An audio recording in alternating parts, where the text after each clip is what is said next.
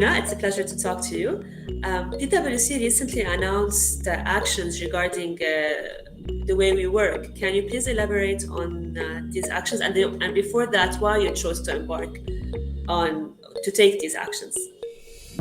Good morning, Nabila. How are you? Thank you for having me, and thanks for shedding light on the recently announced New People framework.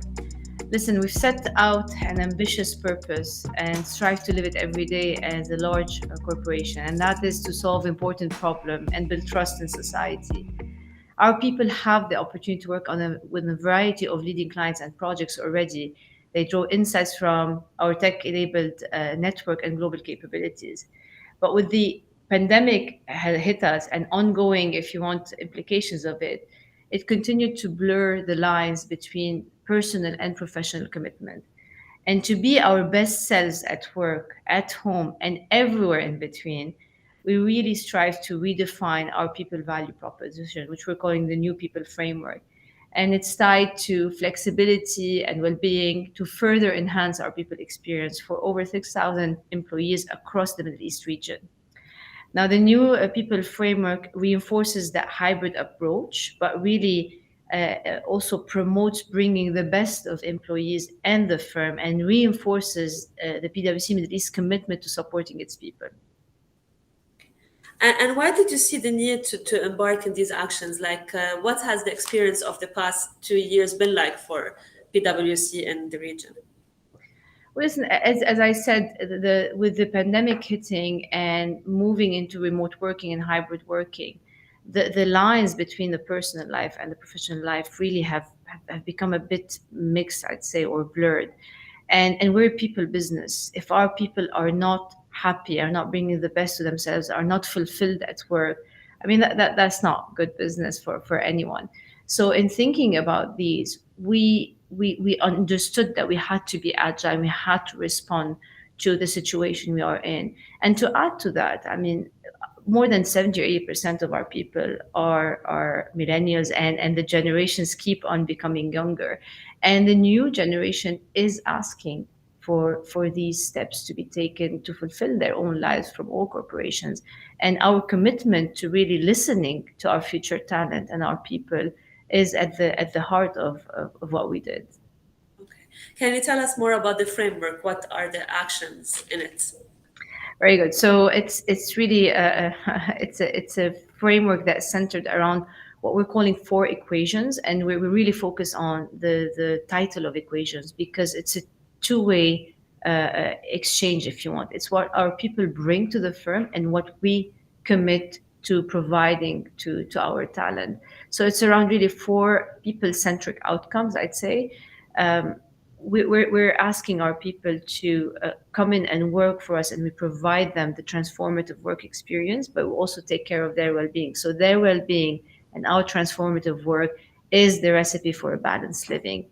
And we have a number of other of these equations. I'll go through them, but let me just focus and start focusing on that balanced living commitment. The Middle East firm has committed to a number of actions to support this, including firm-wide blackout days across our 12 countries. And in that commitment, we provide our people with the opportunity to come together as a firm and really take care of ourselves, detox, switch off, save our planet, reduce our CO2 emission footprint. And we're also providing our people with a financial incentive. When they take 5 consecutive days of leave, we're giving them a financial incentive to support really that commitment of taking care of themselves. We're also providing immense opportunities to work with a variety of leading clients in this very transformative region. A lot of our work and client is really similar to that, and it's a lot of exciting work, very tech enabled, very tech powered, a lot of insight driven, and they can leverage the global capabilities that the firm really provide. And building on our legacy and that collaboration between, our teams and the communities we live in, we're also very soon launching or elevating our community work into what we call PwC Impact. And that's really to be able to bring our staff together with the communities and be part of shaping a much bigger and meaningful change in the world. So that's the first set, if you want, of that equation, balanced living. The second is unlocked potential. And to unlock potential, we really ask our talent to bring in their aspirations. And in return, we are recommitting on our development legacy, what we're known for, training, learning and development, on the job coaching. That's really at the heart of what PwC stands for. And regionally in the Middle East, but also part of a much broader global commitment, we have put up an investment of close to $20 million to digitally upskill its people. And as part of that investment, we're giving what we're calling, an opportunity, a purse, for our people to choose where they want to get trained, what the course of their choice, over and above what the firm is providing. We're giving them the opportunity to pick and choose which digital upskilling course they'd like to take on to further advance their career. That's the second equation. The third is around that sense of belonging. And what we ask our staff, our people, prospective talent, is to bring in their uniqueness, and we offer our culture of care to reinforce that sense of belonging. And in doing that, we've committed to a number of bold actions. One of them is extending our maternity leave to 7 months, 4 of which are paid. And on top of that, we're giving 15 days of flexible paternity leave policies for our male colleague. And we've also established a broader range of changes to really support working parents, including, the buddy program for new mothers, the paid keep in touch even when they're on their maternity leave. We want to continue that, connection to the firm. And we've put what we're calling KIT, keep in touch days, to provide support through the transition into motherhood. The last equation is about limitless possibilities. How can we really open that up for our people? And in that, we ask our people to bring in their life, because, you can't disconnect life from work. You have to actually enable the two to coexist. But we're also offering them our evolving flexibility. And in doing that, we've put forward a new adaptable, flexible model that is mapped to employee roles and responsibility, so we can enable a hybrid working environment. But we're also reinforcing within our teams, within project engagements, within our staff's functions, that we are respecting their personal commitments and upholding them in an open and transparent discussion around personal and professional expectations, right? What do they want on a job to dedicate to their personal life, and how can they have that discussion with their teams to enable this to coexist with their professional lives. Wow, sounds amazing. To go back a little on the tech lessons or the development you mentioned, why did you choose to focus on tech versus other skills? What's the importance of tech in your opinion? Well, we definitely not only choose to focus on tech, we continue with our development legacy. We're a multidisciplinary business, and we've been always known for professional qualification, leadership training, and so on and so forth. But with that development legacy as a firm, we couldn't just leave our people behind as the space of change continued to accelerate, right? Things were moving. We owe it to our people, we owe it to ourselves, we owe it to our clients to even upskill our people to what's relevant. And as I said, that's why we invested additional 20 million to make sure that our people are ready for the future. And digital upskilling is a necessity to remain relevant and thrive in a digital world, not only for us as a firm, but for our people. We want our people to continue to be relevant, throughout their careers. So we started this journey way before the pandemic. I'd say maybe a year before, with over 6,000 of our people given access to new tools, very up and coming technology. And this massively paid off as we became more reliant on tech to deliver and service our clients through that lockdown. The speed at which our people were, just building on those skills and continue to work was just so inspiring that we really wanted to continue on that journey.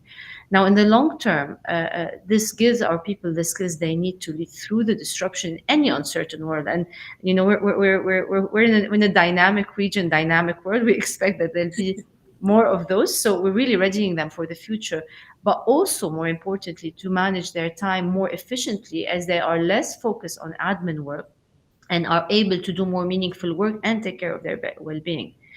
And maybe just to finish off on that, as part of our global strategy, the new equation that I'm sure you've heard of, I mean, we're really committed to continue to build those skills for our people, to build what we're calling a community of solvers.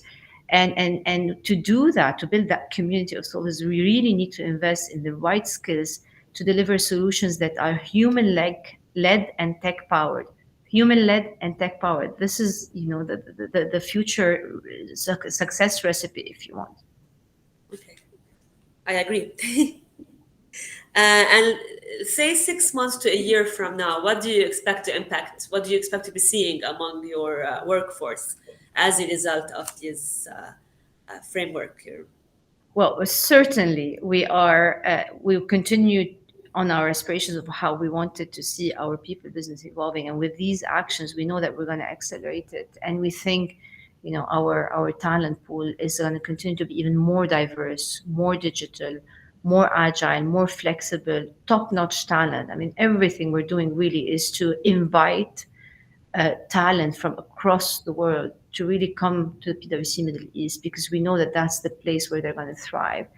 And we need to solve for the generations to come, to provide an environment where our people feel supported and enabled to deliver their best. And that's what I was saying. The majority of our staff continue to be the youth, the young talent, and we need to really provide them with something that is relevant to them, and at the same time brings us immense, if you want, gratitude as a professional service, but also great impact for our clients. Our clients are asking for that as well.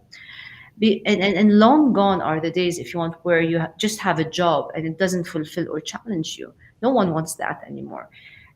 No one ever wanted that, maybe, but today is really, there's a much bigger focus on that. People are looking for the bigger picture, how companies are enabling them to seamlessly integrate their personal and professional aspiration is key to them deciding where they want to start their career, where they're going to continue growing, and potentially where they're going to retire.